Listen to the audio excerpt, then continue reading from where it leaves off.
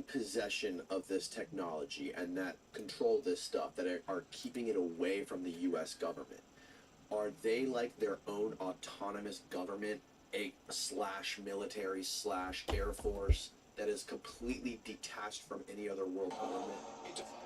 They're detached and embedded at the same time. So, and almost and more arguably more powerful. Oh, way more, absolutely. This is why, you know, it's interesting when Jimmy Carter, I was asked not to tell this story. He's passed away now. So, you just adjust your camera. When President Carter was some years ago in Spain signing guitars, there was a classical guitarist who was there, told me this, who was part of our team. He said that afterwards, it was a fundraiser for the Carter Center, and they were auctioning off these guitars by the president signed. And welcome back, dinner G. Afterwards, there were a few people there, and someone asked him. They said, "Sir, what was it like being the majority?" And President Carter says, "I wasn't there." And they go, "What do you mean?" He says, "Well, there are certain things that I had no control over, and I wasn't even allowed to know about." And someone giggled, and they're joking. "Well, you mean things like UFOs?" And he said, "Yes, that and more." So that was, of course, he was president 76 to 80. Took off 77 January, 81, and Reagan came in. Right. So once you understand that, then you go, well, who is minding the store here? Well, it's sort of like, if you remember a brilliant guy, Senator Inouye, who did the Iran Contra. Yo. Right. And working. He said there exists a secret government, shadow government, with its own air force, its own navy, its own funding mechanism. It's free from the law and above the law itself. I'm paraphrasing, but that clip is in our archive. And years later, after I did the original Disclosure Project conference in 2001, an attorney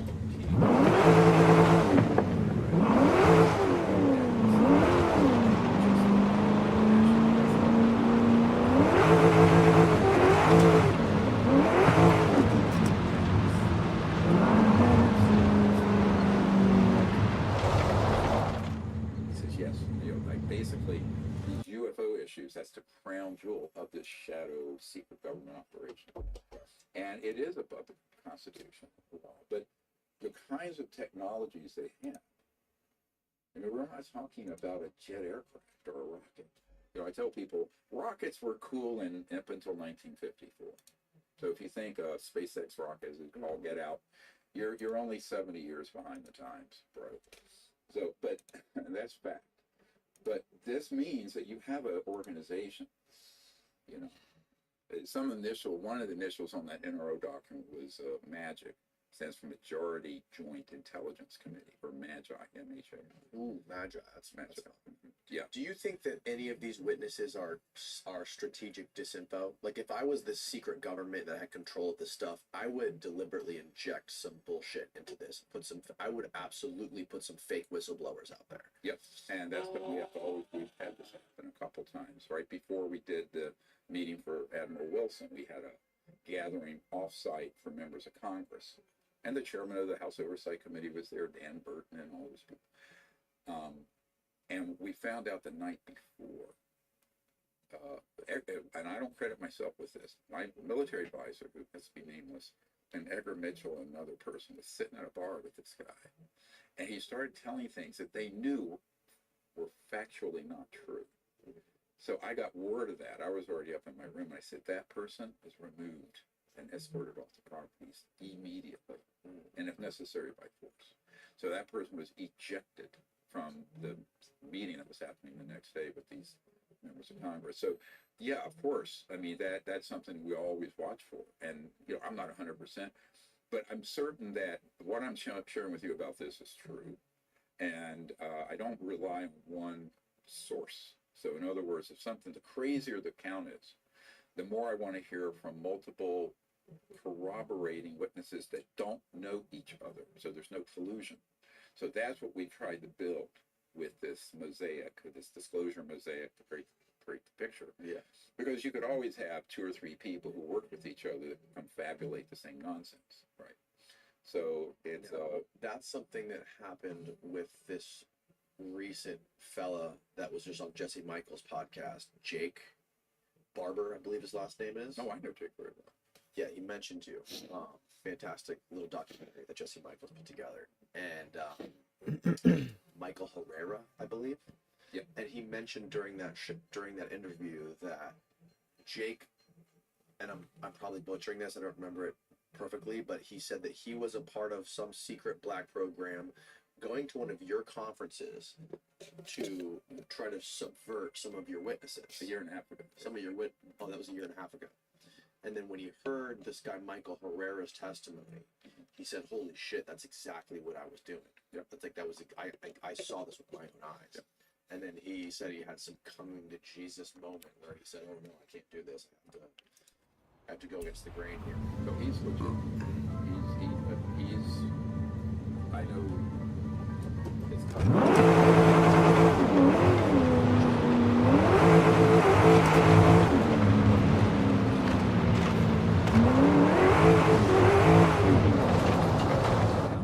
they're not sharing everything either because, but now there's some unsavory people that are, I think, such as these guys. The Llewellyn is not been proud of the disinformation nexus of retail. Yeah, I want to get to that. legacy I want you to explain that to me later. I don't want to interject that right now, but that's something I definitely want to opinion. Yeah, well, it's the way the world works, man. In one part information, one part's disinformation. Right. One part truth. And by the way, the best disinformation, it's sort of like a poison pill. It's coated in real information, and you swallow it, and then you're done, right? So this technique of counterintelligence, quite personally, counterintelligence, and how the psyops, like those guerrilla corporations, run these operations on people, good people. But Herrera, by the way, had approached me some years ago, and Michael Herrera was a Marine. For people who don't know, you can go to our archive and see this illustration. Can you explain it to people who don't? Sure. So he was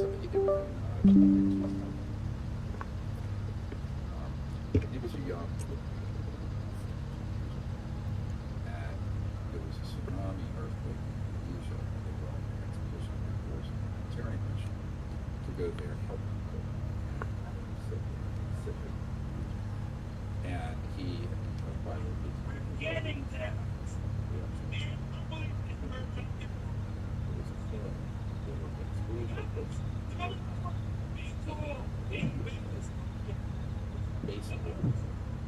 I say there's a chopper, there's a chopper. Stick to the plan. But it's a bit hard. They basically took out the weapons and confiscated the weapons. They took their IDs. They took them for eating scenes. One of the things he saw, They were to kill their own U.S. Marines. well, they're not their, this is shadow This is state the government. right. I mean, those are the real people committing treason and they're traitors. And yes, they'll go. I mean, look at Jonathan Whiting's testimony. Order shot. He and his guys came to Paulson first. Security people in the retreat and said, "You talk about this, we'll throw you out of the helicopter." This happens all the time. They do kill them. But when they're not, they're Americans. Yeah, they're Americans, but it's, these are people who live in criminal enterprise. Think of the mafia. It's the largest criminal organization. When the FBI is ready and throw up and be serious, they have a real target. Technology that very few companies use. Yeah. So the other thing that Mike Herrera saw was this crate, and it looked like it had like a little oxygen, HVAC mini portable unit, and he thought they were like drugs. And it turned out because Jake was at this conference and tried to bump witnesses and see who need to be turned over for either wet works or arrests. He heard this, and of course he immediately takes them. Jake did? Yeah. And his security. So he knew you. They were going to your conference to subvert some of your witnesses. Well, what his job was. It was to find stuff, to find out if I had the Panasonic tough book that had been missing in these corporations, which was that had all this into it, because I received stuff all the time.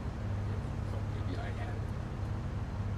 Now, I didn't know that's why it was there. And prior to that, I had a meeting with one of the security people at a bar near Blank, and there's a guy, Tyson's book. And he gave me a little thumb drive. It was like a 10-page description. It's all what we're going to do.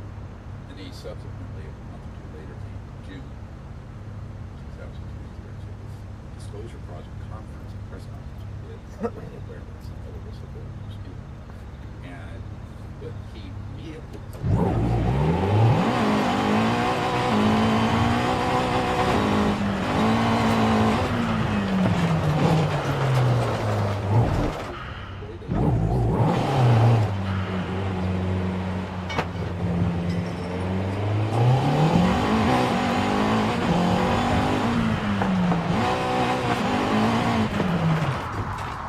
so basically told, you can either come with us and be part of our program, or you can stay here and die. You choose. Now, I wouldn't call that a very, but this is how it ended. This is brutal stuff, right? Oh, yeah. And that's what was in those crates, is the people. And there were people who were candidates for being, Right, how do they discern what kind of people they are? they were looking for people with a certain demographic that they felt would have a high psionic capability. Am I correct in saying they were children? There were children, there were women. Somehow there's a tendency for left-handedness for that ability, and gay and bisexual men. So that's who they were looking for, because like Ingo Swann was not doing very well. He was a gay guy. He only removed it. So that's who they were looking for. That's kind of fucking weird. Well, like, it's like if you're Had to skip that part. If you're left-handed, like, right, need you. No, they don't. But I mean, they'll scope out, and then they'll say, and of course it's a rough sort of assessment. They're then graded out, taken to a facility, and the ones that pass muster for their psi capabilities, psychic capabilities, go through a program. Now, a lot of those end up dying because they're put on drugs, dopamine, electromagnetic enhancement. So many end up dying or put in comas. Wait, hold on. Man. So getting these people, so this specific situation Michael Herrera was in Indonesia after there was an earthquake, they essentially, you don't want to say kidnapped because that's not a nice way of putting it, but it's essentially kidnapped them. I think taken under some duress. I mean, with those or die, right? I mean, well, you can call that whatever you want. It sounds like some level of human trafficking. Brought these children to a secret base, secret black site that they control for psychic warfare.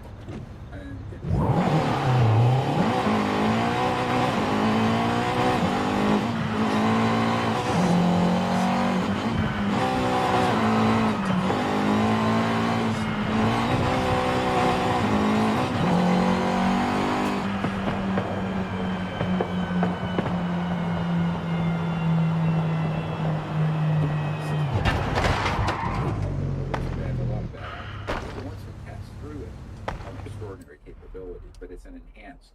So basically the way they describe it to me is that you have the people who are the operators, say the regular human covert folks. Right. These people are humans that are sort of machine.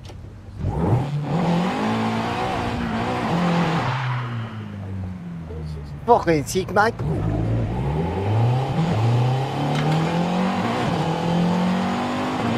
So you know I'm having a good time because I fucking talk with an Australian accent. I'm having a good time. Eh? Fucking E, mate. Fucking.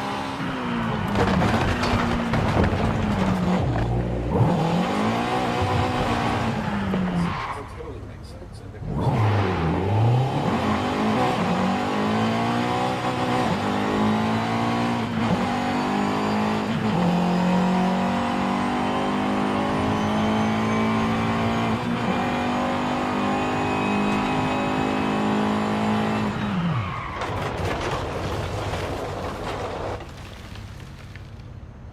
this. Why did you say no? $2 million. I stabilize for a living. I don't want to be part of a cabal of sociopaths and psychopaths destroying the planet, right? What did he say? No No, do for price. $2 million. I'd be part of his team, senior member of his team. Get these capabilities. And they were going And who was he exactly? he had been I'm not familiar with him. head of INSCOM, and he was head of Army Intelligence, and General Albert Stuckelbein III. And Bert approached me, and then I said, only no, but hell no. And then he went to my wife. We're about to have our 46th anniversary, and he tried to sweet talk her into this madness. And she was very inconsistent. Said, no, he double speaks all the time. But And what did he do? Why was he such an evil person? he was part of that whole group.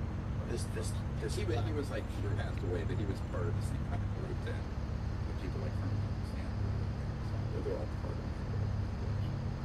They have different roles, but his role was to interface from that black illegal program world with the UFO subculture. Back then, this is 33 years ago, right? So psychological information manipulation, trying to handle the perception, the public perception of this stuff in the States is basically what it is. Yes, but also be part of the operational team is what I thought, in terms of his capabilities. Because he knew that we had done. He approached me right after there was proof that our CE5 contact worked. And there were these 4 ET craft that appeared here in Florida, a site called Pensacola. So that is when we surfaced. Exactly. Now, of course, everyone makes fun of us for doing that. Oh, it's Ouija board stuff. I said, what the hell is it? You think these civilizations are using your iPhone? You know, why would they be using 20th century, early 21st century communications? They're using stuff like Elon would like to do, Musk would like to do in Neuralink, except without the wires, right? At the speed of light, the speed of thought. Right? Instant. So that program has been in development for decades, but it reached the level of success, let's call it, if you can call hijacking ET craft and then blowing them out of the sky with electromagnetic pulse weapons, which are illegal. I just keep doing what you do. You're better than me. No, I had to jump money to do it. Oh, so we're a psyop. Fucking head of psyops. I'm not interested. Look, I'm rich, I'm comfortable as a doctor. I don't need that. I've never had exposure. Yeah, I say it all the time.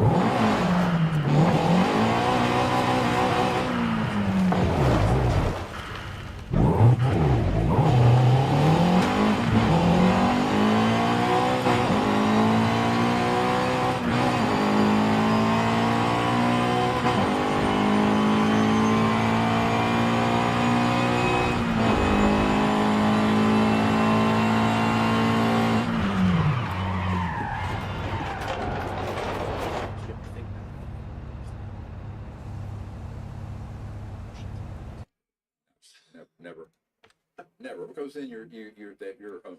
You're an owned asset. I value my but maybe freedom. I value my freedom more than I value all the money on earth. Did he offer it in payments, or was it like an upfront lump sum? No, the way he described it is that after the Cold War ended and the Soviet Union was falling apart in the late 80s, early 90s, that they had seized a bunch of assets in Eastern Europe. They had a slush fund, and that I would have control and access to that, and it was a lot of money. And look, the kind of black budget money these guys have, it's enormous. There's another guy who told me in '93, a couple months before I briefed the CIA director, and he was technically involved with the UFO subculture, but he was a tech guy who was embedded with this shadow government. And he said, look, we have given at least 10,000 people $10 million each more to secure their cooperation with what we're doing. And then he made another offer to them. And this was about a year and a half after General Stuckelbein. So I said, no, thank you. I don't want to go that route. I want to stay independent and free. But, I would imagine the disinfo people, they probably target media personalities. Oh, sure. They probably target podcasts, maybe. You know, if they're still doing it. absolutely. If they're still, I mean, imagine what they were doing with Richard Doty in like what was it, the 70s, 80s, Yeah. with Paul Benowitz, and the absolutely. level they went to go to these UFO conferences and try to get these people and say, hey, I'm going to give you some secrets if you just go out there and get us some intel on these people. And meanwhile, the secrets they're giving them are like half-baked bullshit. And have you ever seen the documentary Unacknowledged that we did? It's had about 800, 900 million. I don't think I've seen that one. No, I watched Sirius. Unacknowledged is the one that prompted them to shove Elizondo out into the public from his counterintelligence operation at the Pentagon. It's had well over 800 million. I always set up my And streams that live. was- Probably shouldn't, but whatever. Sorry. And he admits to carrying bags of cash to people. Oh yes, I have seen this. I've seen this clip. And he also admits that there were abduction programs that we were doing, but then he got really scared. He said, I can't talk about that. Right. But I have multiple people who confirm that. Now, we also have a book in '92 that Jacques Vallée wrote, who's a very, well-known researcher on this, astronomer, astrophysicist, I think. And he admits to having a document from the CIA from 1985. Jacques Vallée. Mm-hmm. And go look at it. This is in the briefing where he admits that this document he won't release it. I think he's been threatened. And it talks about the agency, the CIA, going down to Argentina and Brazil, abducting peasants, making it look like aliens were abducting them using these advanced technology systems for it is, and I'm quoting, the psychological warfare. So imagine how easy it's like taking candy from a baby in the amateur UFO research subculture to stage this stuff and get everyone on Twitter talking about how the aliens did X, Y, and Z.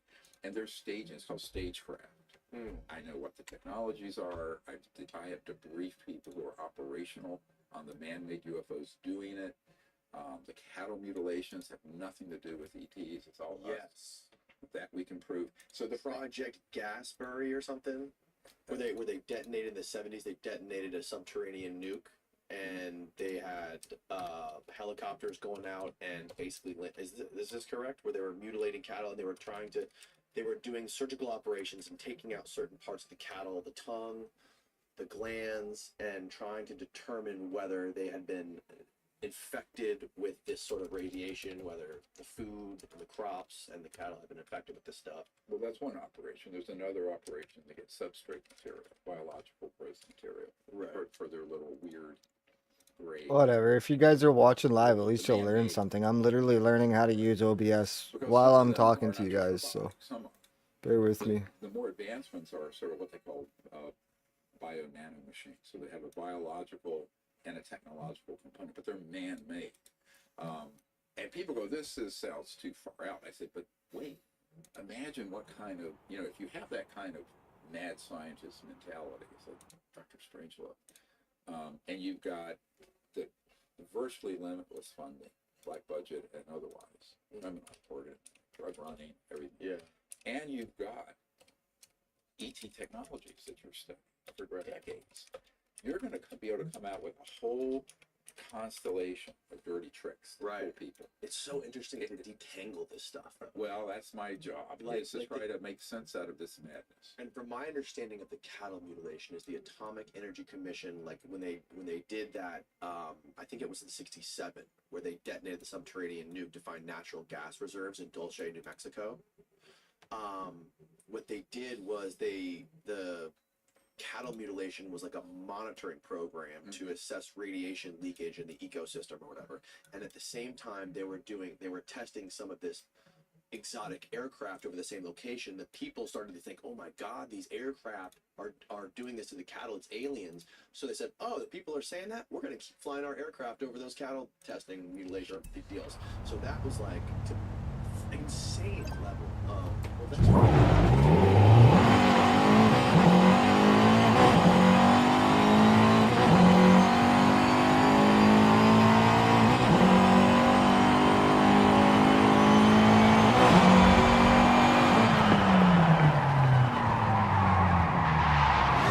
The fucking donut truck, mate. Fucking beautiful.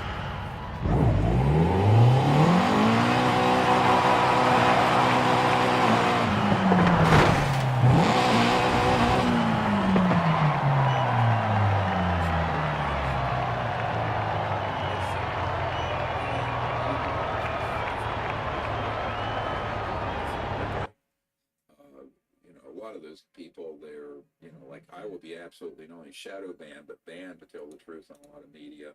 Whereas if you're going forward telling a lie, boom, you're on 60 Minutes. Boom, you're on. That's true, because the big media is, I think, probably more corrupt than any other institution in the United States or the world. Yeah. And being controlled by these interests. Yeah, but how do they control advertising dollars? But how do you think they're controlled by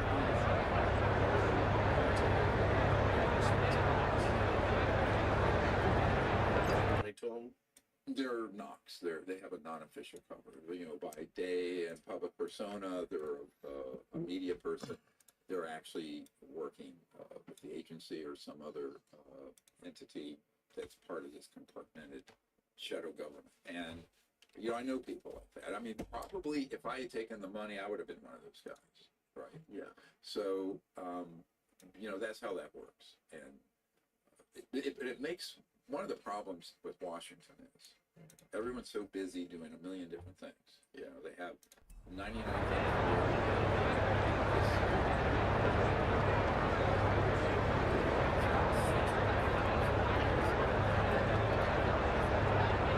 Better get fucking started, mate. Fucking say something, fucking pop in, fucking say where you went, fuck.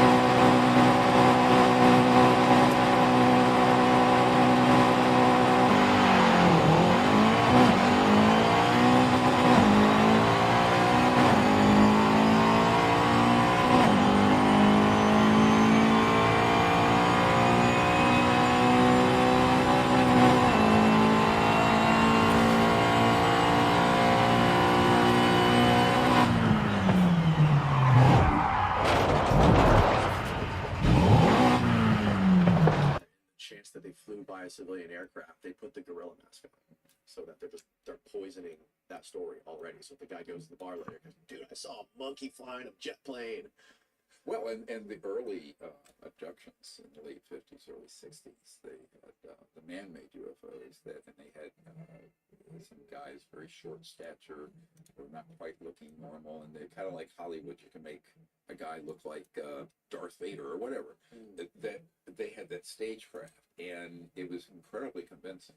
Because even now you look at one of our witnesses, whistleblowers who came forward a year and a half ago, Stephen Digna.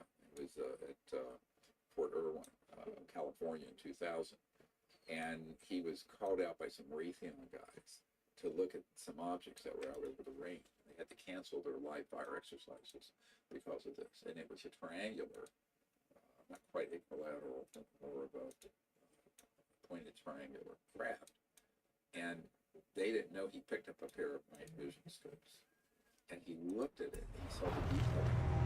And then he saw the pictures that were holographic projections of the real one. And so it looked like there was a fleet of them. Yeah. This is how you stage a fake alien attack. Yeah. They had this. This was all part of that declassified Woods thing where they were trying to stage a fake invasion of Cuba. Well, no, this was a separate incident, but it's very similar to that. Yeah. It's very similar, and so they were very upset that he figured that out, right? And the Raytheon guys, a few days later, abducted him and his wife coming back from the movie, back to the base on this road, Mount California remote road. And anyone who would have seen that craft and what happened would have sworn it was a alien. And it was Raytheon. Now he suffered terrible damage.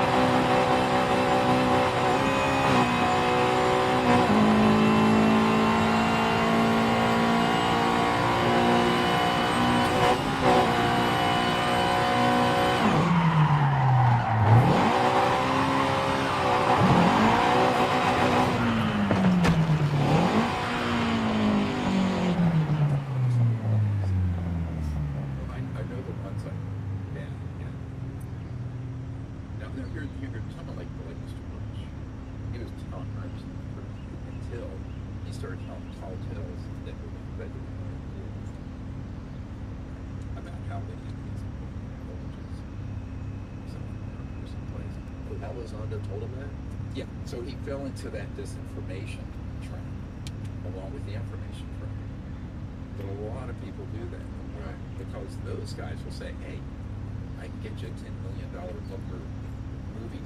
I can get you on 60 Minutes. So, you know, there are advantages to going with those folks as opposed to doing it, let's call it clean. Because doing it clean is a hard path. I mean, you know, it's been a big struggle for me. And you know, all kinds of things. But I don't regret it. But it's dangerous. It's very unfair. Gonna charge me fucking shakers, Mike? Nobody except I feel that this is, if this doesn't get resolved properly, what Werner von Braun, right? He said, look, the whole plan is to stage an alien threat so we can unite the world around this sort of fascist, totalitarian, militaristic sort of thing. It's like the movie Independence Day, right? Well, say, let's go kick alien butt. You see the Arabs and everybody in the world united to fight the aliens. So that's right out of CIA PSYOP script. And guess what? 99% of legacy ufology, that's the narrative. The good aliens and the bad ones. So it's Star Wars, right? It's all that narrative. And I go, at least members of Congress are saying, look, if these civilizations were hostile, given that their technologies are hundreds of thousands of years more advanced than ours, we'd be gone. We'd be a charcoal briquette floating through space. Now, do they have, and this is not to say, I'm not naive, this is not to say that those civilizations don't have some self-interest. Because what would you think? I mean, just put yourself in the shoes, through the eyes of an ET. You come across this planet, and in a few decades, it goes from muskets and shields, thermonuclear weapons, to very advanced electromagnetic weapons, including the so-called scalars that are not. And then the same group, reverse engineers your ET technologies and start using you. Got it? That's the crisis.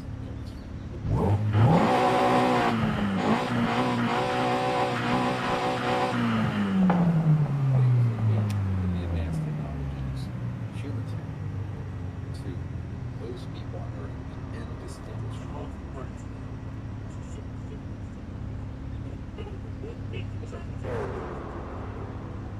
They ship across flat. Okay. That's what the drones were. It's press secretary. Yeah. That was a side. Messiah? Coordinated by who? By the same people or that comes out and it's done.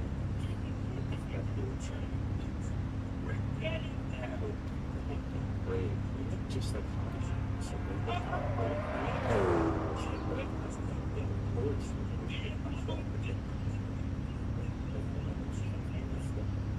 and some of them are pretty amazing, and some of the daytime ones they capture. Now they're not extraterrestrial; they're our stuff. But again, and some of them said, "Well, these are originating." Right now, it's breakfast time. But that's a misnomer because this shadow government entity is transaction. You can label whatever country you want it. And it operates. You know, I was the first time I went to meet with the latest efforts about 3 years ago at the Senate Intelligence Committee SCIF, and I went in there and I said, see that map of the world? Erase all the check. geopolitical maps. We'll see if she does.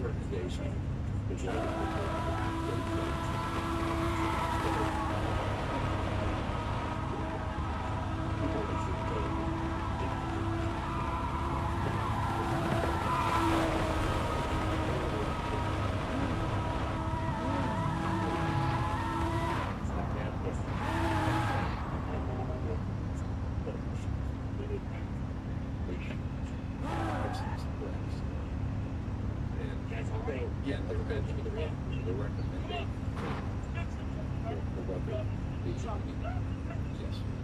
The parents got really sidetracked and went crazy around. They started talking about it. And Michael O'Reilly's situation, where they were extracting these people out. Yeah, he's the only guy who I ever heard of. So something.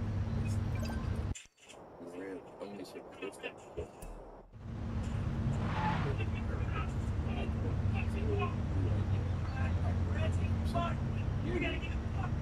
Kid years old seeing something like that.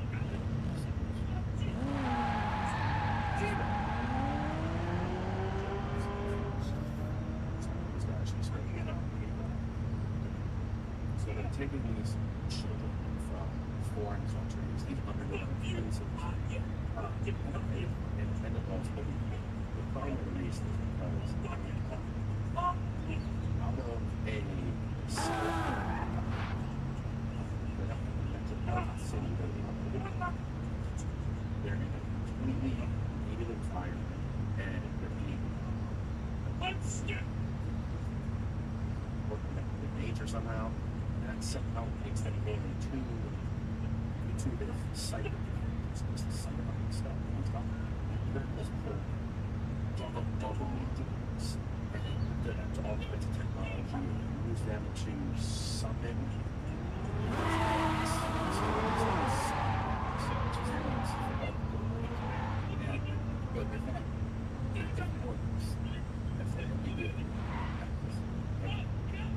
Years ago, you heard about this. The beginning of GTA 5 is so much better than the rest of the game.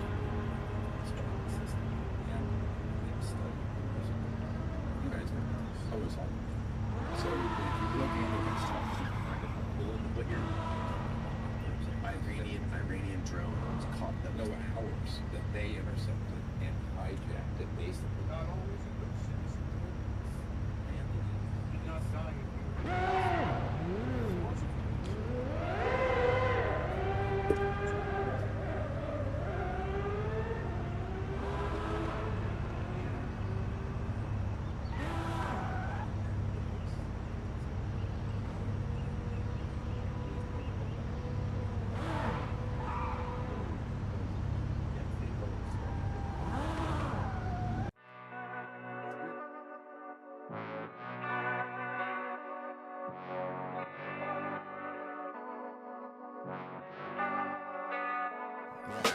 How did I survive this life that I'm living? Had drugs in the kitchen when food was the mission. Had I known what I know today, would I still would've did it? Probably little different. See, Davey was snitching, I didn't see it and I missed it. Chris was all in the mix and protecting my neck tradition. I grew up all in aggression, the 90s was like a depression. Thousands to climb, it got hotter, fell from the heavenly father. Sometimes I felt like a martyr, but then I grew and got smarter. Plus I got a son that's coming up. I used to run from the sun, felt like a vampire too. Was only out for the blood. I had visions of rapping, people up in the rug. Now when I get that angry, I wrap my arms around my son. I just give him a hug, and all my pain goes away, knowing his mama is dead and she lays in the grave. That ain't the greatest statement, but I ain't the greatest person. So hey, so how did I? Hey, so how did I survive this life I'm living? How did I? So how did I survive this life I'm living? Hey, so how did I survive this life I'm living?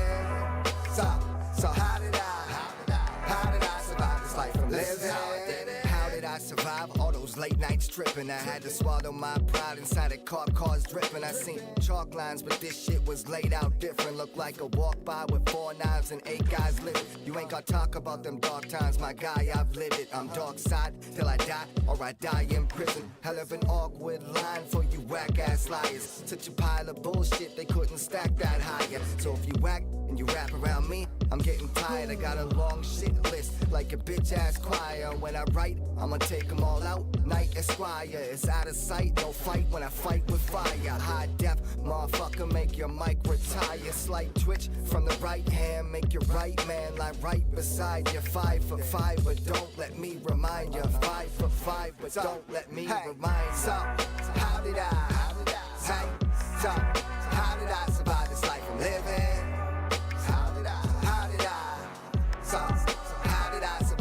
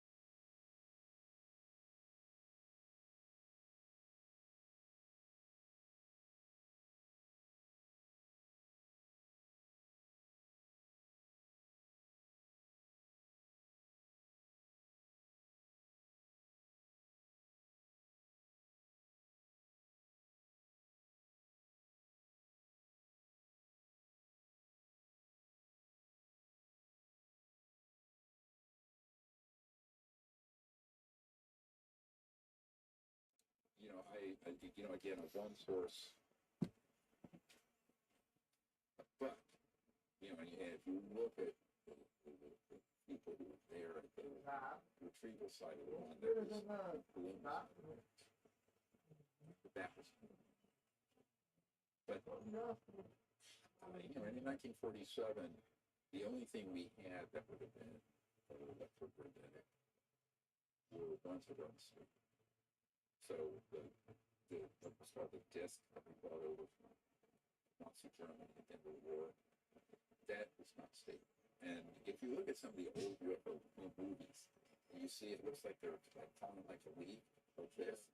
Those are early man-made ones that didn't have the gyro, let's say, but stable. They had not mastered the gravity control. That was 54. So those craft would be very not that stable, but they were man-made. But if you look on the inside of them, like what's called the ARB, like Brad Sorensen, something, yeah, and Mark McCandless, who was passed away,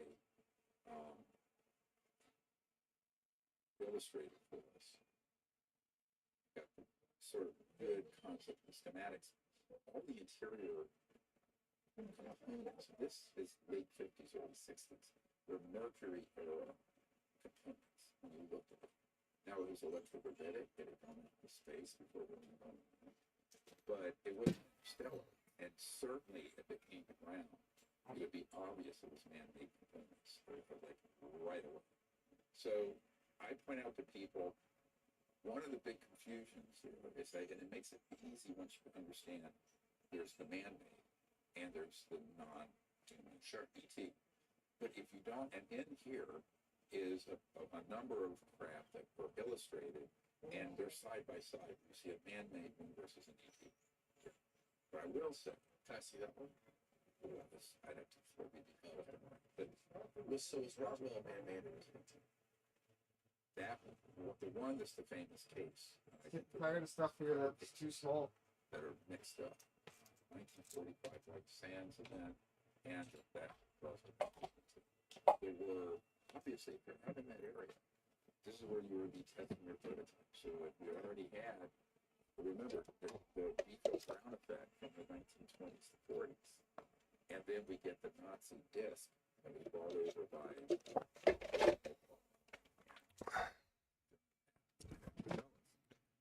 It was a lot more advancing than we had in terms of gravity. So you can imagine that in the 40s into the early 50s, there had been a number of these that were out from building. They didn't want people to know that we're working on that technology, and there would be multiple people to think it's it. So, All right. See how easy was that?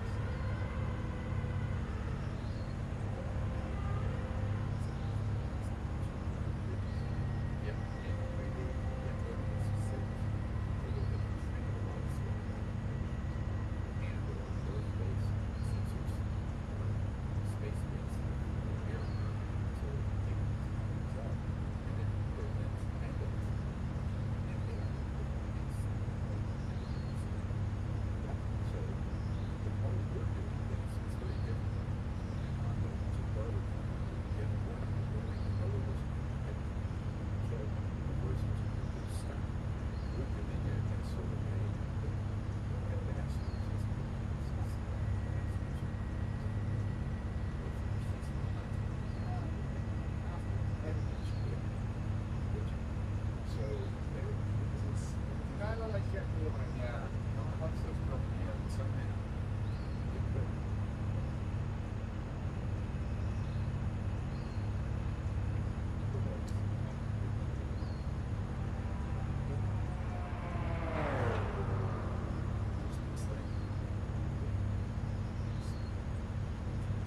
Advanced trans-dimensional ETs. Don't they have better things to do than to interface with a couple people that are meditating in the middle of nowhere? No, they don't, because if they're assigned to do something about the situation, they need a point of contact. Right? I mean, stop for a minute. The reason I started this whole project in the 1990s was not a disclosure project. That was an accidental outgrowth of the main. It started with CE5. It started with CE5 concept. And the reason for that was that I realized that it was either in complete denial of society, our media, or most people in the government, or we were targeting them and killing them.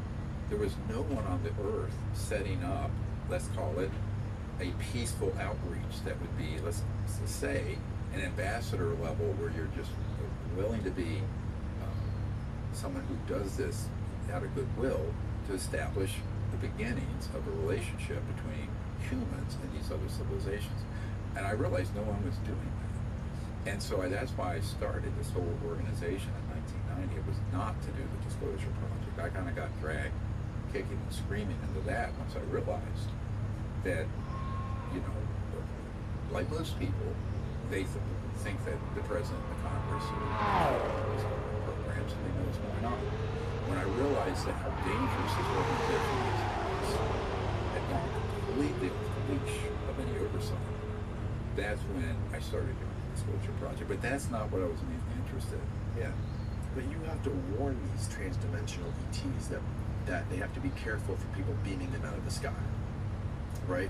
Well, we just do it as just a reminder, because we don't want to be responsible for the loss of life, whether it be human or ET.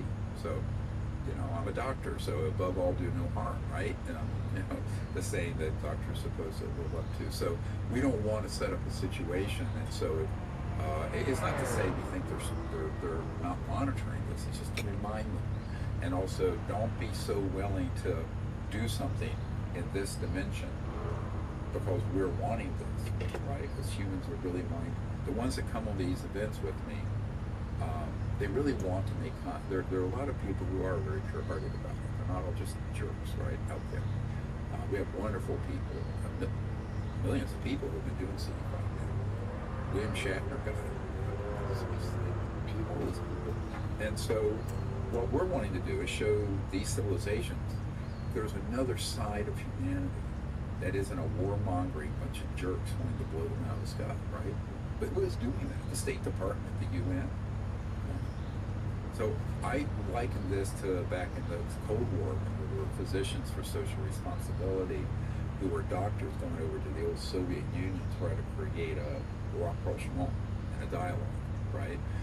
Just take this on a cosmic level to where there should be humans reaching out to these civilizations for not some ulterior motive to get their goodies and get rich or turn them into a weapon system or blow them out of the sky, but because there's an opportunity coming up for humans to be part of a larger cosmic family or whatever you want to call it. So what kind of communication are you having when you're summoning these beings? We don't summon.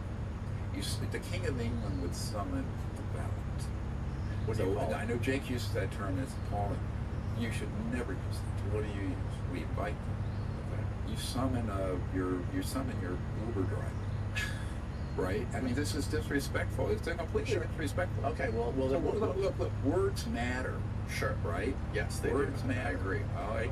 So what are words? Words are expressions verbally of the thought, and the thought is expression of consciousness of mind. So we do not call or something. We invite them with a sense of the equality that exists between all of them. In other words, even if they're very different from us, they may have much higher IQs, more advanced technologically, but at the level of what Erwin Schrödinger talked about, the singularity of mind, of consciousness, it's a universal constant. on that level, they're awake, we're awake. And so the light of awareness from my eyes, yours, and the BT's, it's the same. Because they've done studies, consciousness is in fact a singularity. It's not divisible. Sure. We divide it by our egos. Yeah. But in reality, on a higher level of understanding, it's a singularity. So that is where we come together. This is why our motto is one universe, one people. That within the universe, at that level of consciousness and mind, we're all one people. And so that's why I don't like the term alien, which means I like the term people. People say, what do you call it? I call the non-human people or expression. Now the trick here, and this is where it gets very complicated, is that a lot of people will do something like that, and they'll bump into something from another dimension, right? Like an angel or a demon or whatever. But that's not expression. So this is where you get into this, Tucker Carlson. Oh, yeah. He got gaslit by a lot of these intel folks who told them that the aliens are demons. Well, the reason he was gaslit was because they were preying on his valid, Christian beliefs. I'm not questioning that at all. But the sort of cosmology that is known within many traditional circles, they wanted to conflate that with aliens. And it's easy to do because that is another special operation tool. And that is very powerful magnetic systems to create phenomena like you see from how we're doing it, who's doing it, what we're doing it. And there's an innate component, but then there's both sides. So this alien ideas, they seem to be down from what's behind what's moving. And it's what it is. See, everything tracks back to how do you create a so to a brand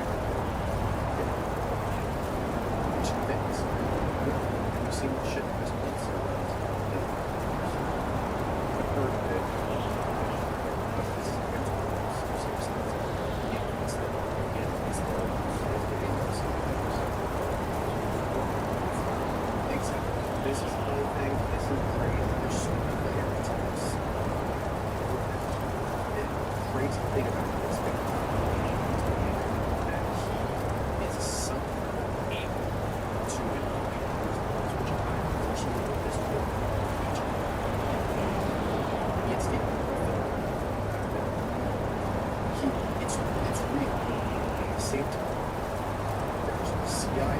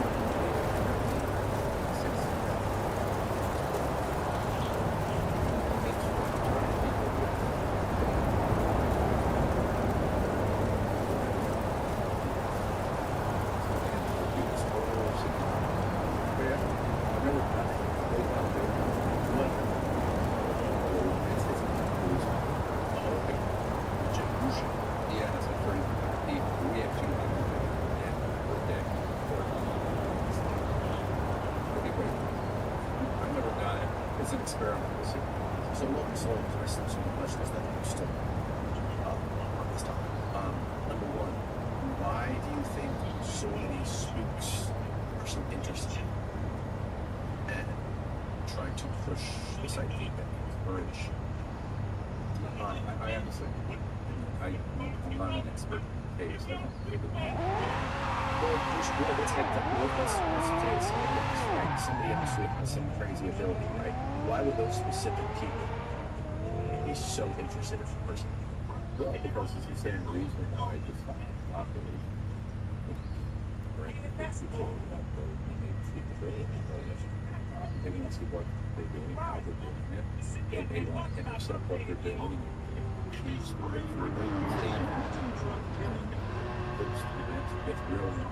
It's not like either or. You have to think about how these guys and what that motivation was.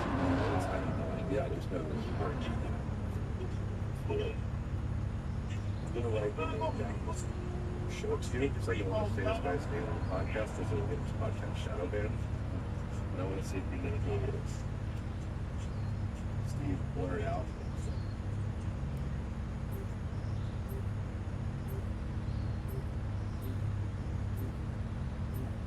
You don't know the name?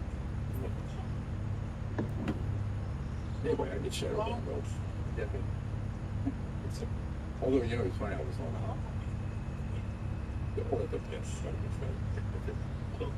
It's ridiculous. It happens to the UFO topic. Very wrong. If you think about it, they go back to that 1950 document, the biggest secret in the States. The hydrogen bomb. So, you know, the idea that you tie in intelligence community trying to keep this secret with sanitize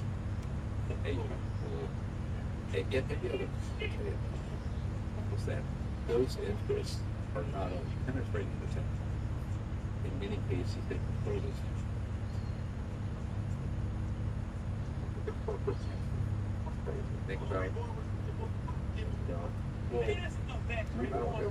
Google was literally funded and incubated by the CIA and NSA. So it's not so crazy. Completely batshit nuts. People don't realize that certain had its serum in it. And the technology to a bit darker. It sounds like such a crazy conspiracy. When I read this, I thought it makes total sense. Yeah, it makes total sense because it's been a keystroke by keystroke surveillance. That's what they want. They did it. Well, technologies. And ironically, the technology could be now. From all accounts, much of it was reverse engineered from computers. But they didn't let out the energy systems that would eliminate poverty and suffering and save the biosphere. We let the things that would enable them to have the uber surveillance state today, mostly through the private sector. And, you know, the people said the government were doing it.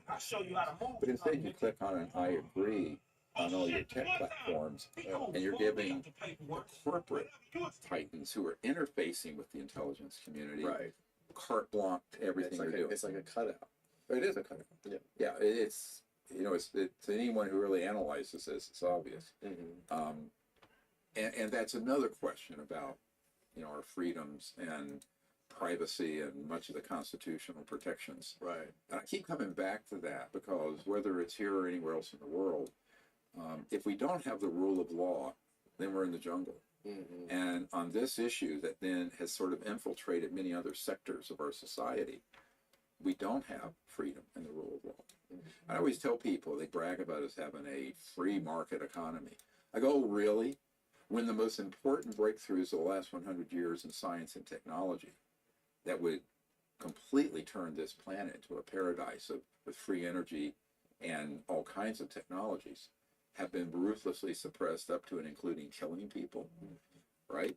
No, we don't have a free market. We have a managed economy. Right?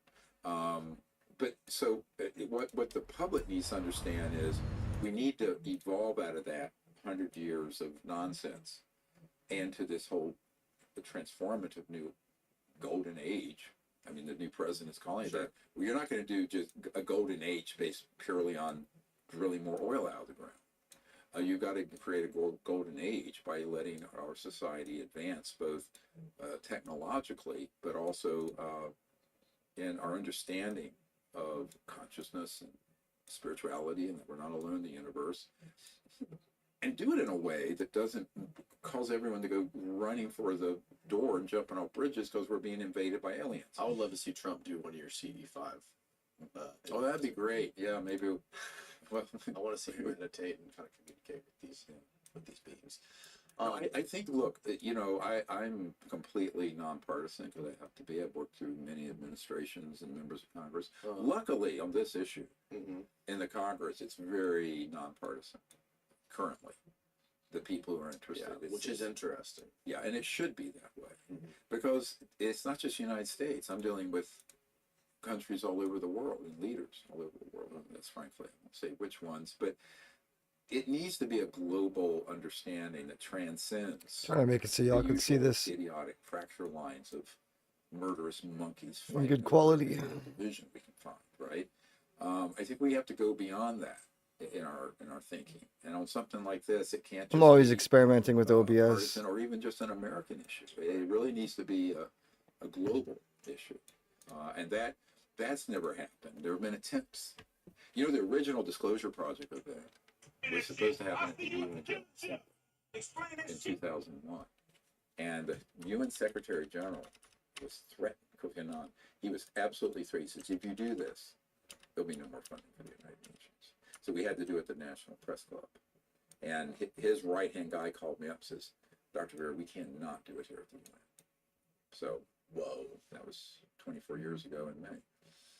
So, we got off track again. We were talking about CE5, and I was asking you, when you're inviting these extraterrestrials into the space in your meditation and you're interfacing with them, what is the communication? Almost any weird thing you can imagine has happened. We've had fully materialized craft appear and disappear. We've had like that one ET that appeared between two people and then vanish. We've had unusual electromagnetic signals come through our electronic sensor systems. So like we'll have magnetometers and other equipment out there, and they will override the circuitry and start communicating through them. Very strange. And some of it's very repeatable sequences that we've recorded. Almost like Arecibo without the billion-dollar telescopes. You know, it's just Repeatable how? Like you a can see sequence, a pattern that repeats that you know would not naturally occur or would not happen from a man-made source.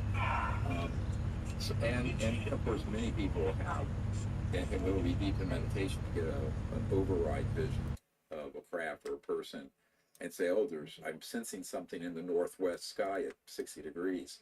5 minutes later, a craft appears there and moves and comes over. So there's a lot of precognitive capabilities that develop when you develop any like direct telepathic communication. Yes, all the time.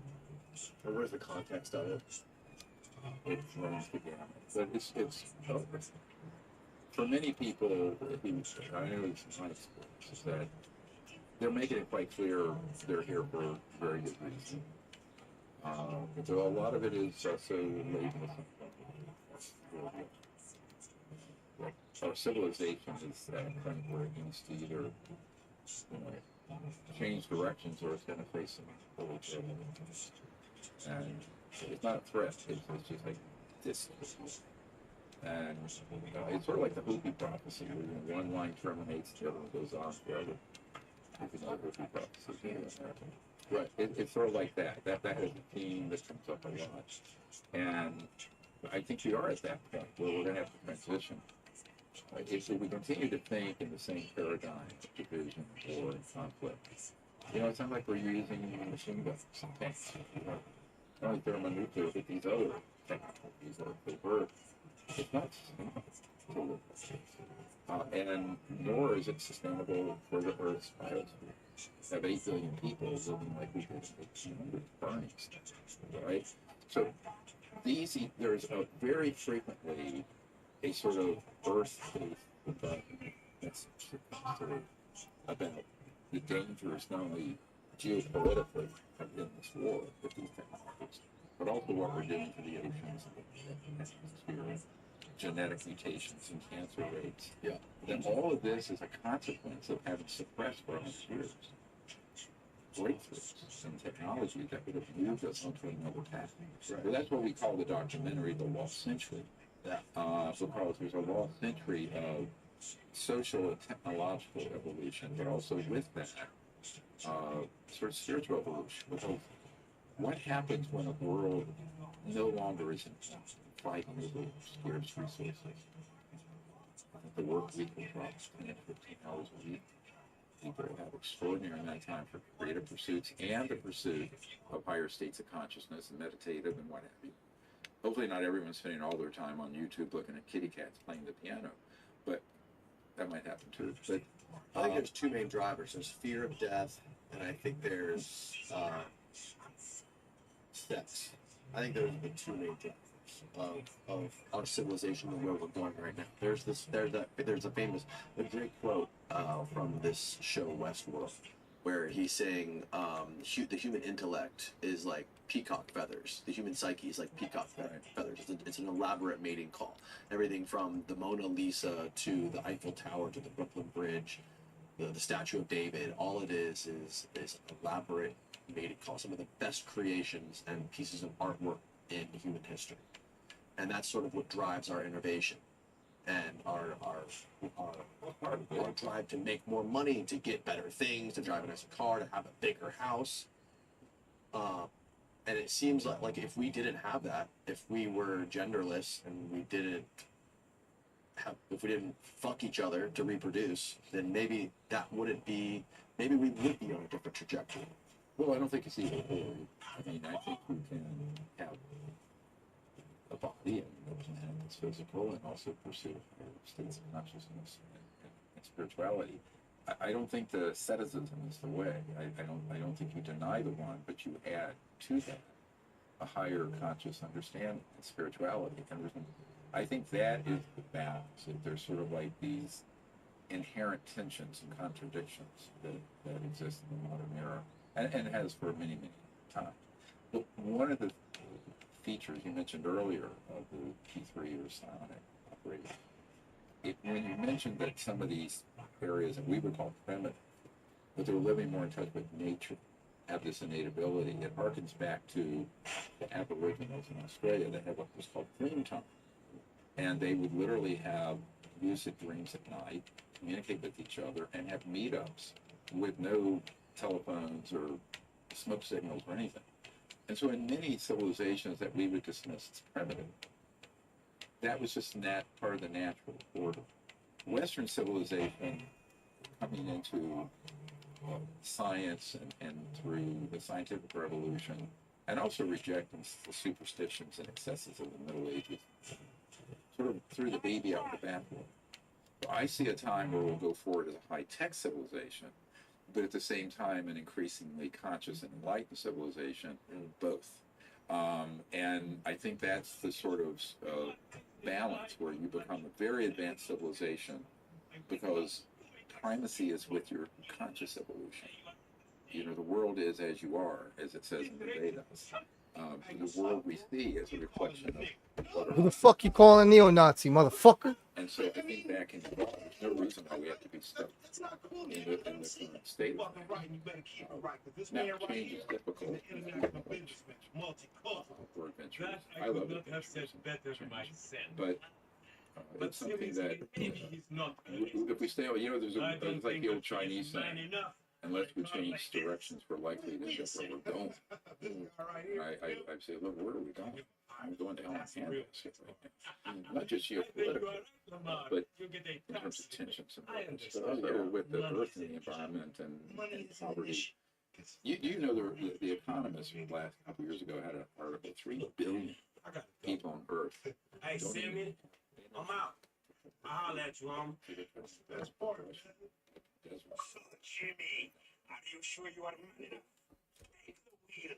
Show me. There's no way to have a Sure. Okay.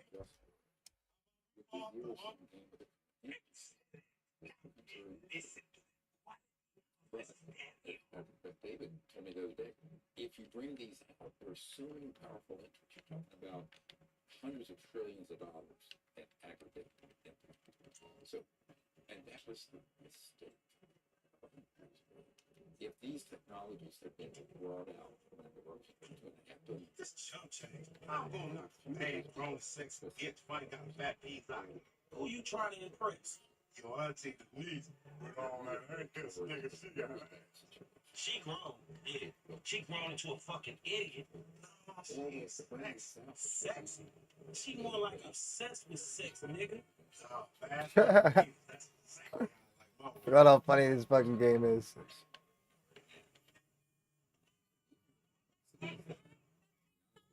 world leaders, the president,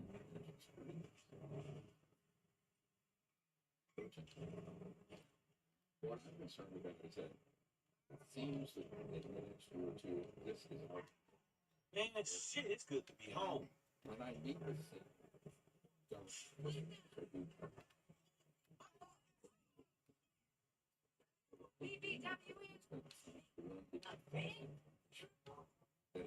PBW? and this, I mean, because knowledge is power, and if you don't have it, What's up, can the low come up in your grill? Man, fuck you. I'll see you at work. Oh, they gonna hate me because I'm beautiful, nigga. Maybe you got rid of the old yee ass haircut you got. You get some bitches on your dick. Oh, better yet, maybe Tanisha will call your dog ass. She ever stop fucking with that brain surgeon, the lawyer she fucking with. Nigga. What? but relax and ask them. How we do? I think I work out all the you know, Oh, he living on top of each other, and it ain't right. Shoo, shoo, get out of here. Okay, David, I see what the thing is.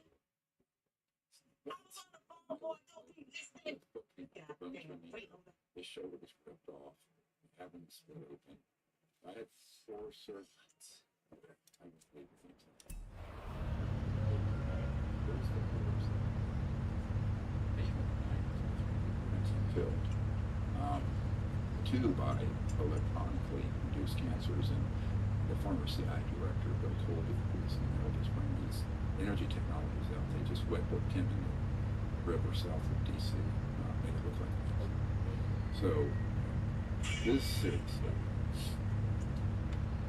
They literally tried to kill you on your bike. oh, I think it was more of a speed bump to slow me down. It was 3 weeks after I got back from the black site in the chopper, where I filmed the underground opening, Yeah. where some of the Lockheed objects come up from an underground facility and are tested, and I handed that over to the Senate You're Intelligence. gonna be so paranoid, man. No, I'm not. Not at all. No. No. If you all these people that you've worked with have been whacked. No, Like, but no. Your paranoid implies that you'd be afraid of all this.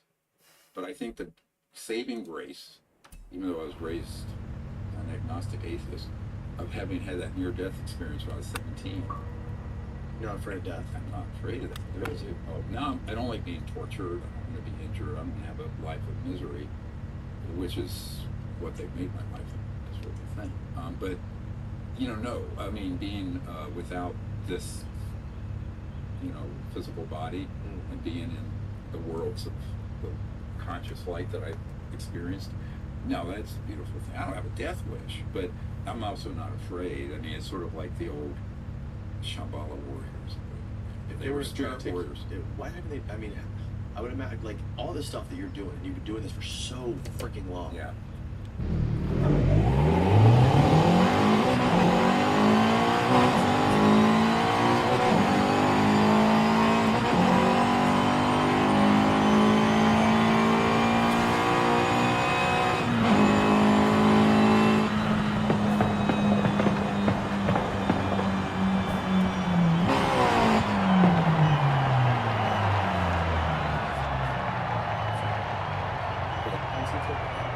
Well, I get lucky people commit suicide, but he was working with Colonel and with a member of my team hand over one of these 0.1 generators with about 50 seat box, open source, and the week he was with me, but it's an unsung, but we know his best friend come to my friend's funeral, Sherry's funeral, so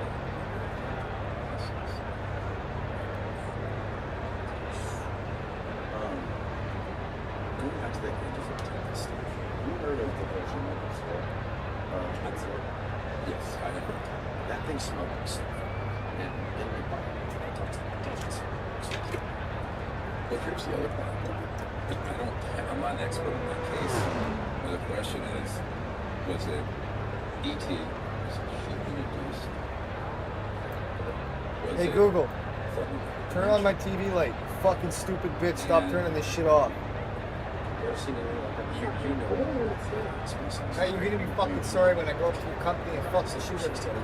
Oh yes, there's our key.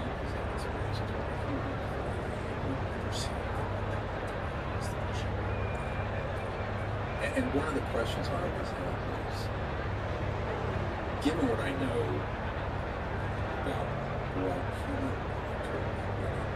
field experimentation is done, physicists and everything, he's now he has his own skip. His house.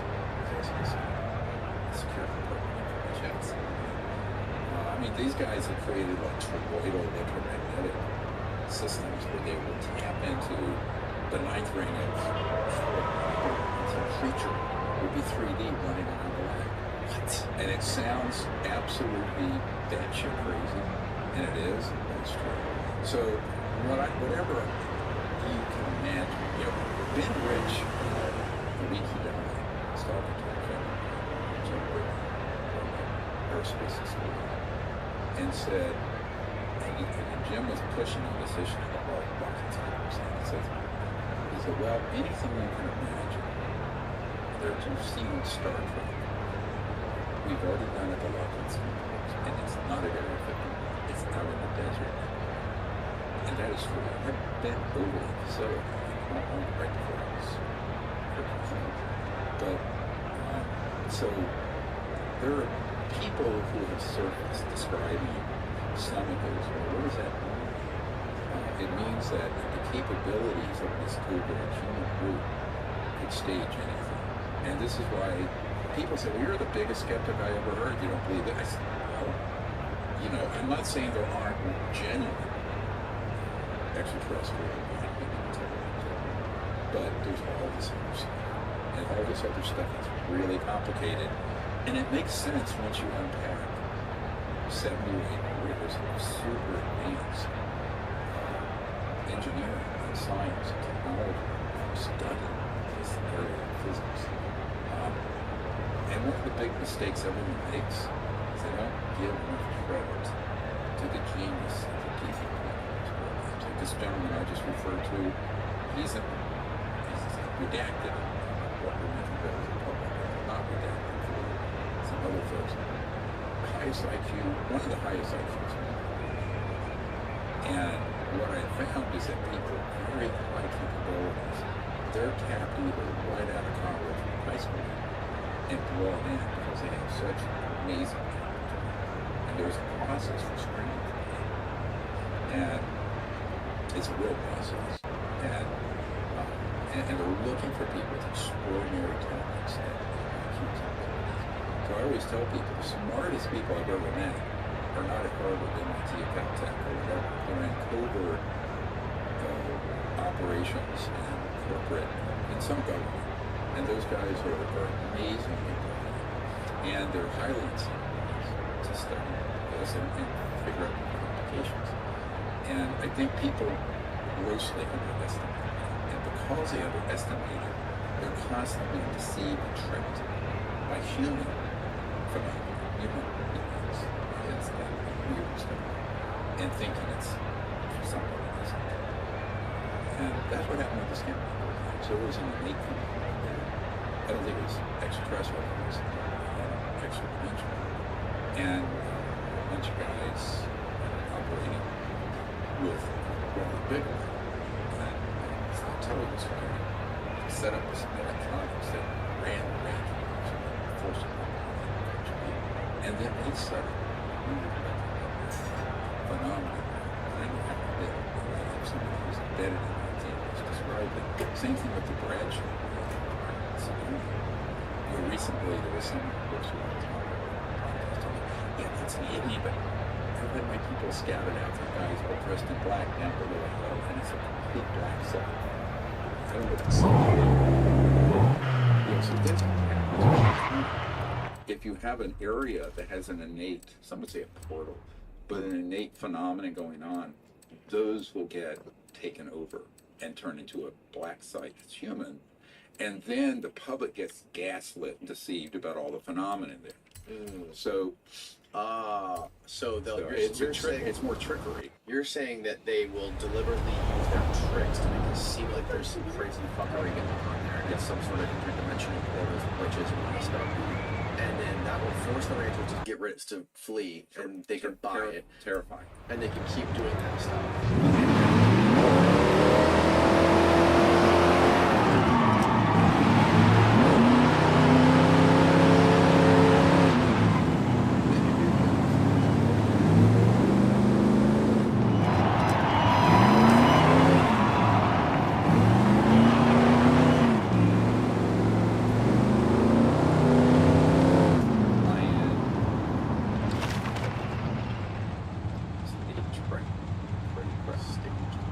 Staging things. And one of the problems with ufology and with this whole subject is that you really can't begin to even make a judgment call on what you're looking at, Right. unless you unpack what human capabilities are. And then you can begin to put it into categories and get some discernment. But it's a very difficult thing to do. And in 1991, I was at a conference. A CIA guy, old guy. He looked like a cigarette man. It's like X-Files. They blew up some of those episodes they took. And we were walking along, and he said, "Let's walk at the beach." And he said, "Look, the truth is some strange in fiction. We can sell the fiction and people will believe it. But if you tell people the truth, they won't believe it. It's less believable than fiction." And it is. Yeah. So that's been a real conundrum. Fiction has to make sense. Truth doesn't. Yeah, exactly. And the truth on this is such a tangled web. And it's been done deliberately because it has the ability to confuse the picture, but also create this specter of where the long-term goals can be fulfilled. My concern is that disclosure, I wrote a paper in 1999 called, it's on our website, when disclosure serves secrecy, meaning the secret government operations. And if this issue gets disclosed the way it currently is on track to be, it'll be a war of the worlds, panic and denial. It'll be 1,000 times worse than COVID. The way it's on track to be disclosed. Yes, where you have the people who have, or keep going up to Congress and the White House and other places and conflating man-made frightening things like abductions and villages being blown up with extraterrestrial threat or NHI threat. And they're deliberately commingling. No one is making this discernment between a bunch of psyops and covert technologies masquerading as ET. No one is doing it. In fact, the dominant paradigm is to call all of it one thing. And in that calling it one thing, it makes people conclude there is a threat and we need to fight it. So let's go to DEFCON. Let's go to Independence Day, the movement. Let's go to War of the Worlds. So I think this manipulation is 99% of the people here. And I really, honestly, right now, if you were to put me on, I don't. Do you? Okay. All the doors. really don't see that right now, as things stand, that there is a critical mass of people who are able to control and not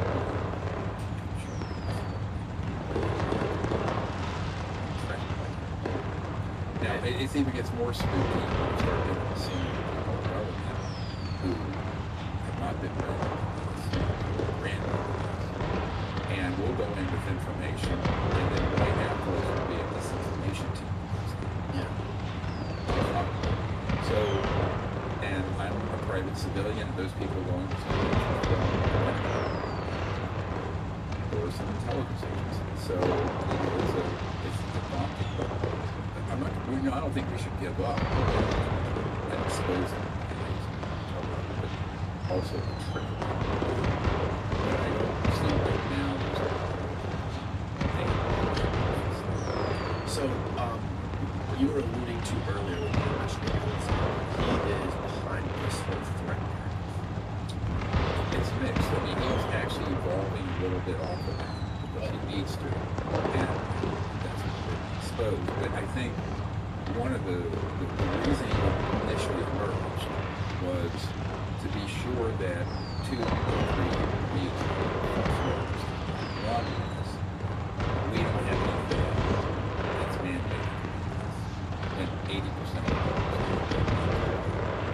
Okay, that was one message. The other was that it's a threat to humanity, which it is, but not from out there in space. It's still a threat within.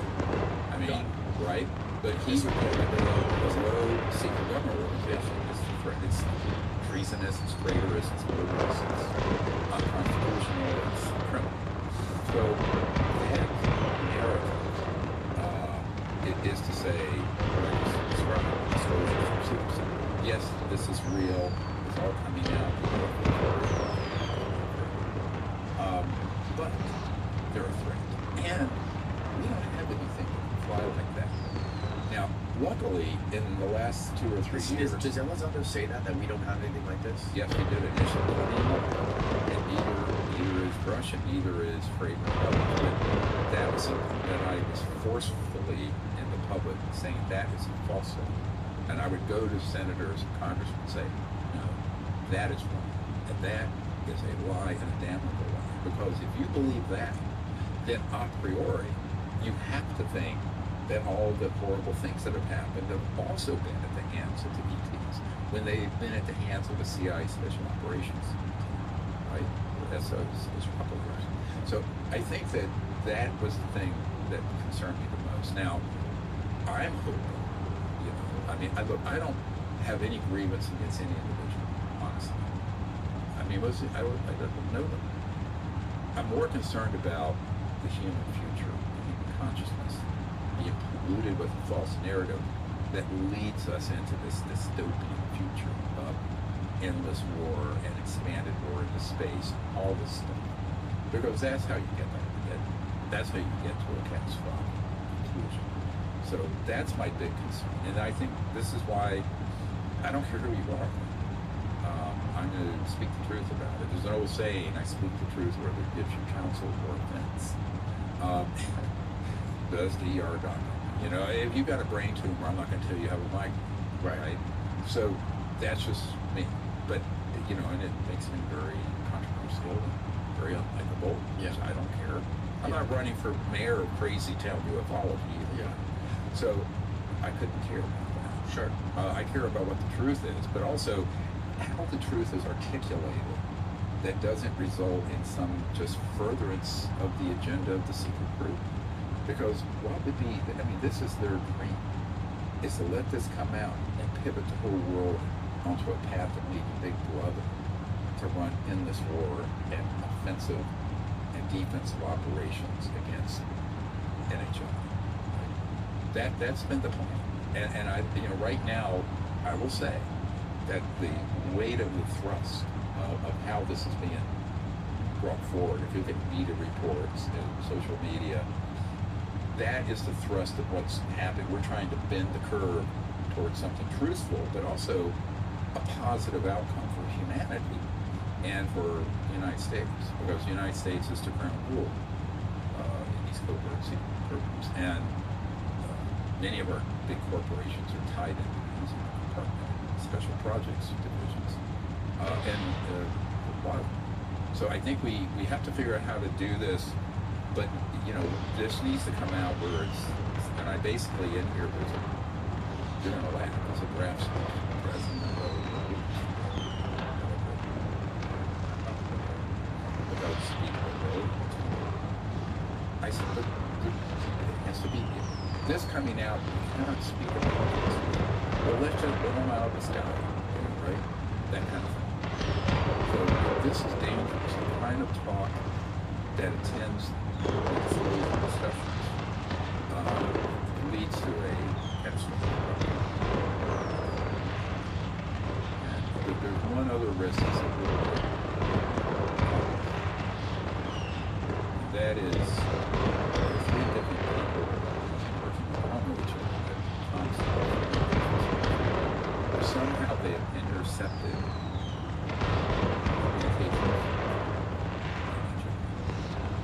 extraterrestrials that they're getting quite fed up with the fact that we are taking their technology and using it against them, and that is most of the real threat, not just to themselves.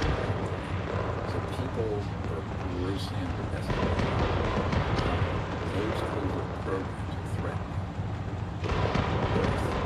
because not that these civilizations are hostile, but they assert roadblock of psychopaths threatening.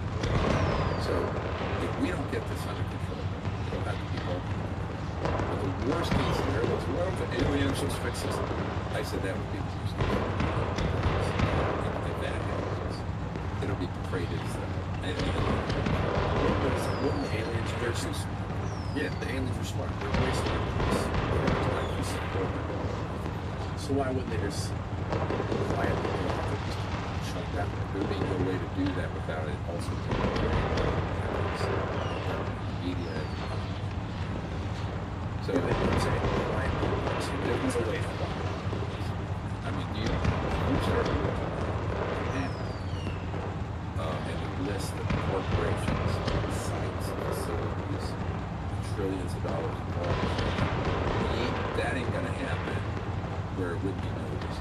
Now, humans can get up, and here's what I think, one of the messages, is that we need to fix it.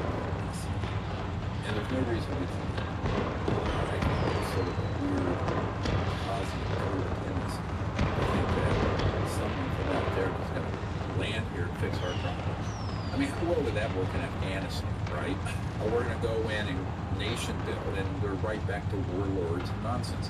It's got to come from the people, right?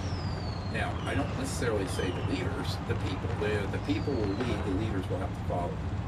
But we become very passive. And I think we have to not be so passive. I think people need to speak up, stand up, articulate, and hopefully exhort our leaders to do the right thing. You know, I grew up in I was born in 1955, so I remember I grew up in the South. And, you know, my grandmother's Cherokee, they were called half-breeds. And I have a twin sister who works with me. But, you know, at that time there was Jim Crow. There was still segregated water fountains, all that. And I remember how weird it was. You know, I was 4, 5, 6, and I'd go to a water fountain where there was no line, and a little old lady would grab me and said, "Don't drink out of that. That's for," I think they said, "colored people or something." Yeah. And I went, because I was in, my parents were not all racist. I went, "Well, is the water different?" I said, it was like this magical system, this racist system. And I saw that evolve, and I had an African-American girlfriend in high school. So run over by a bunch of racists who did not like that. And, you know, but that all changed, not because the president and Congress changed. It happened because of Bayard Rustin and Martin Luther King Jr. And there was a movement that made that happen, right? So I think people forget that big changes in society rarely come from the top down. It comes from the people up. Sure. And this is that lesson is lost on most people today because most people just sit around looking at their phones and don't do anything. But I remember that. And I remember how different, I mean, things aren't perfect now with race relations, but boy, there's a big difference from the 50s and 60s when I was a kid. And imagine having an African-American girlfriend, you know, 2, 3. So I think that, you know, progress can happen, but it's a lot of hard work and a lot of sacrifice, and people have to stand up and be heard. And that's part of what the whole disclosure movement has been about. That started. People don't realize that we started the whole disclosure movement in the 90s. It's now, even the word disclosure is used by the New York Times. But we started that in Yeah.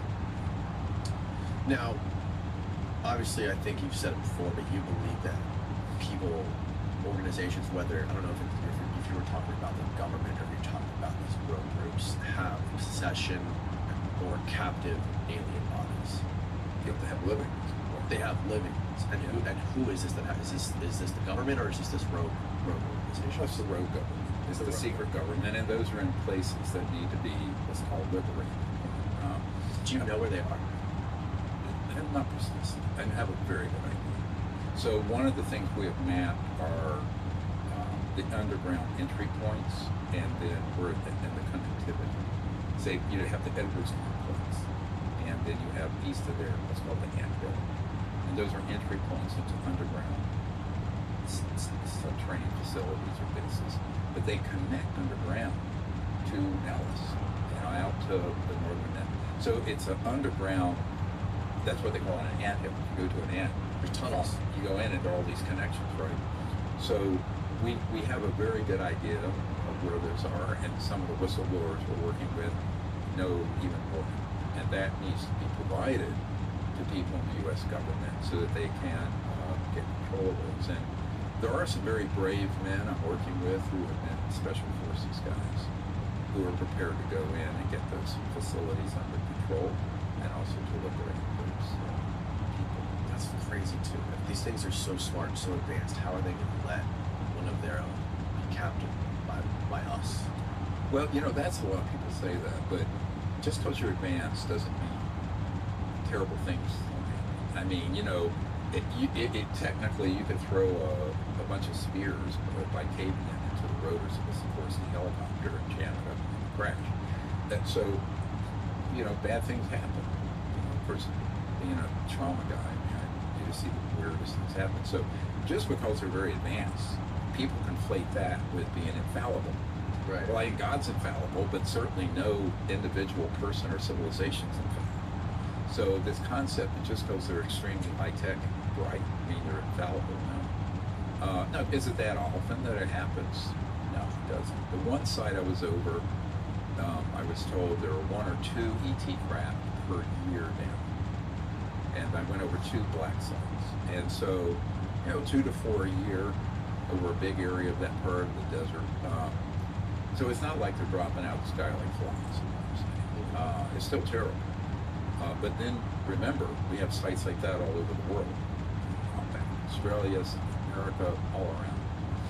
And it's still tragic, and it shouldn't be happening. And when there are ones that are living, they just don't flat out kill them.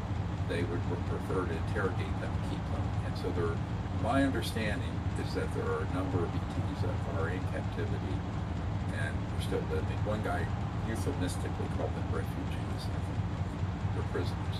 But, so I think that is another, humanitarian effort that should happen at some point where they're freed. I mean, how many different versions or species of these things do you think we have? Have you ever seen any of them in person? I'm not seeing living ones in captivity in those places, though. I've seen ETs. But they're not, to my knowledge, I've never heard anyone describe the variety. I know that in the crash retrievals, now we have 122 documented crash retrieval events that are in the part of them right now. Been in our archive, DPI archive, all of them. And they range from ones that are a foot and a half tall to some that are 8, 10 feet tall, and all kinds of different, we would say, genetic expressions. But they seem to all have a head, 2 arms, and 2 legs. But interesting. But beyond that, there's an infinite variety. What about the mantis ones? Well, that one that was the healer, when you see him, it's sort of triangular head. And they're known as really extraordinary healers. That one This guy. That's a mantis? Yeah. But some people call it a triangular head. You can see it. Right now, that one person. But remember, this is in complete darkness. Yeah. It's up on a mountain in Arizona. This was actually in Oracle, Oracle. Oh, really? Oracle. Yeah. And so that's and we love doing that. That's my real passion, is going out and experimentation and using consciousness and remote viewing to make contact, see what happens.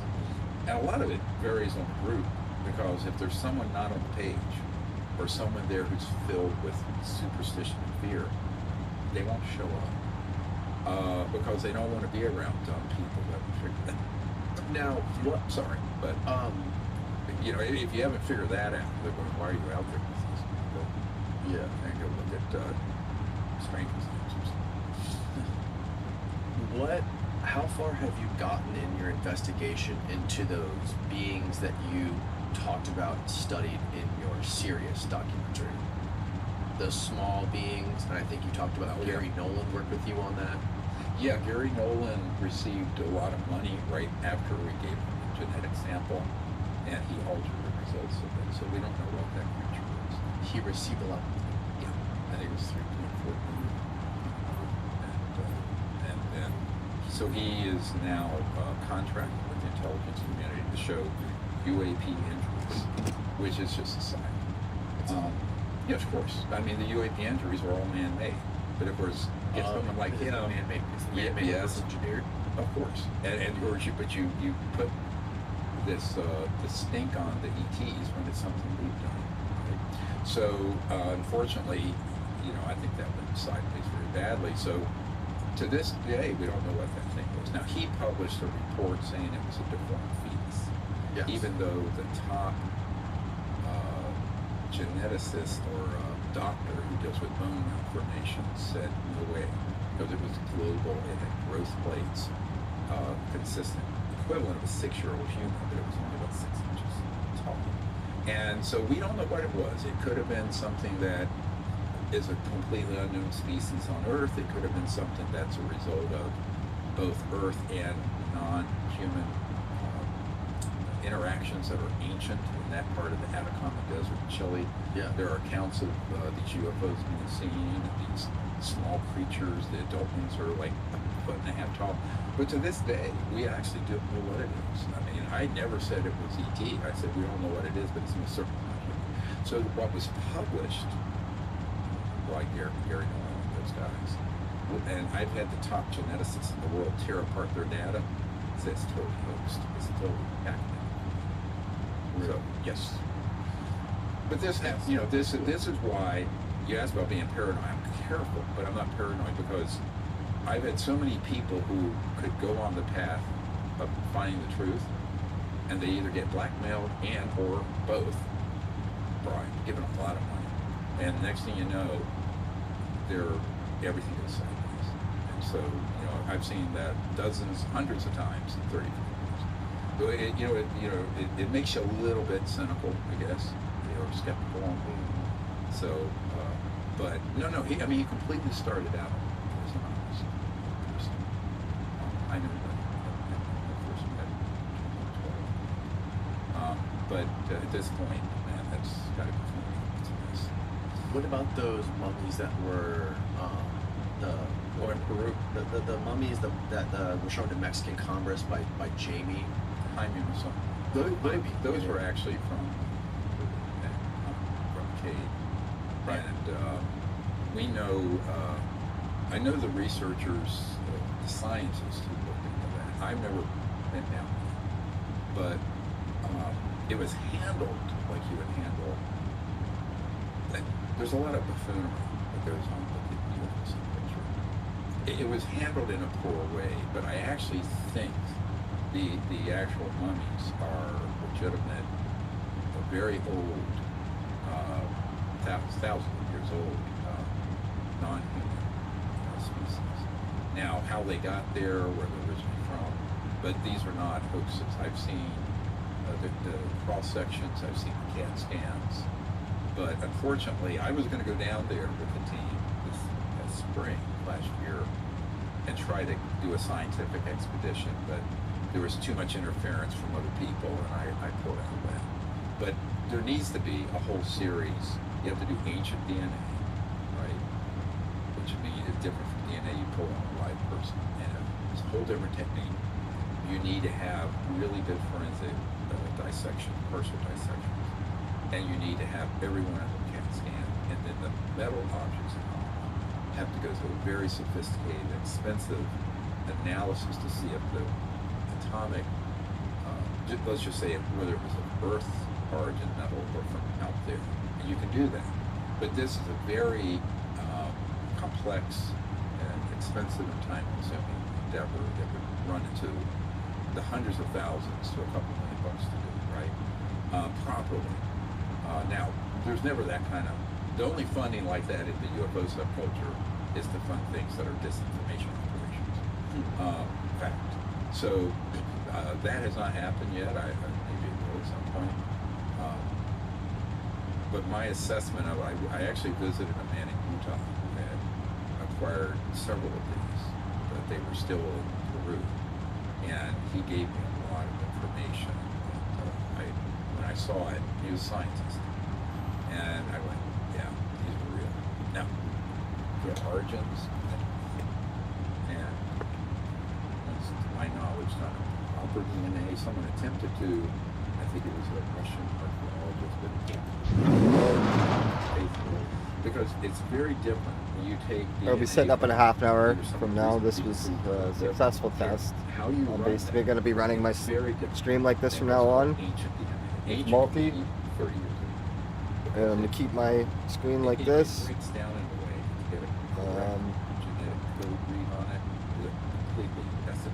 Got to tweak my VR. Looks like I can get go with graphical settings from that. So we can test that on some dirt tonight. Until then, peace out.